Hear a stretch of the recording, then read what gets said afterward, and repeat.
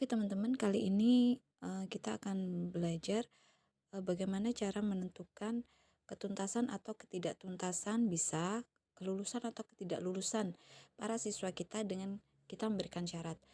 Di sini saya sudah punya data saya ini saya mau menentukan ketuntasan dan ketidaktuntasan siswa saya dengan syarat siswa saya akan tuntas materi yang saya berikan apabila nilainya 80 ke atas, 80, 81 ke atas dia tuntas, sedangkan di bawah 80 dia tidak tuntas.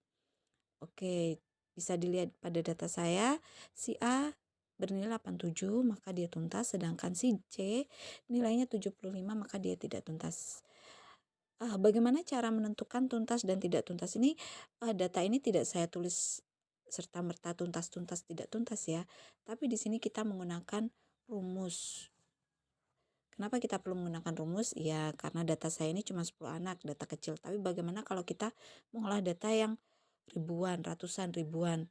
Kalau kita mengetikkan satu persatu tentu akan lama. Jadi dengan menggunakan rumus nanti kita akan bisa lebih cepat untuk menyelesaikan tugas kita untuk membuat laporan penilaian, evaluasi penilaian terhadap siswa kita. Oke, untuk ini rumus-rumus yang sudah saya buat ini kita hapus dulu ya, kita bersihkan. Kemudian bagaimana cara kita membuat rumus tersebut? Kita menggunakan fungsi if. Di sini di Excel kita menggunakan fungsi if. Kita ketikkan if, kemudian kita pakai kurung buka. Nah, setelah if kurung buka, di situ kita harus menuliskan syaratnya. Syarat apa yang kita mau? Saya mau di sini nilai siswa saya itu 80 ke atas. Jadi saya tulisnya dia nilai siswa saya ini dia lebih dari 79. Lebih dari 79 berarti kan 80 ke atas ya. Kemudian jika dia memenuhi bahwa nilainya dia di atas 79, maka dia kita sebut tuntas.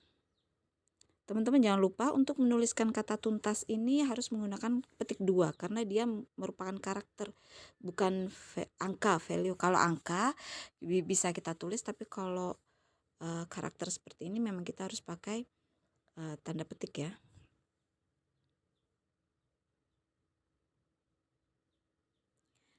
Tuntas kalau dia memenuhi syarat, sedangkan di belakang tuntas kita tulis tidak tuntas karena dia tidak memenuhi syarat. Nilai siswa kita tidak memenuhi syarat, maka dia akan terbaca tidak tuntas. Jangan lupa kurung tutup dari fungsi kita ini. Kita coba. Tara, nilai 87 dia tuntas. Kemudian bagaimana nilai B, C, D sampai J? Kita tinggal menggeret saja dari rumus kita di atas, kita geret ke bawah. Jadi kalau data kita ratusan ribuan, kita lebih cepat untuk mengerjakannya. Dan demikian hasilnya. Oke, sedikit pengetahuan yang saya punya, mudah-mudahan bermanfaat buat teman-teman semua. Terima kasih.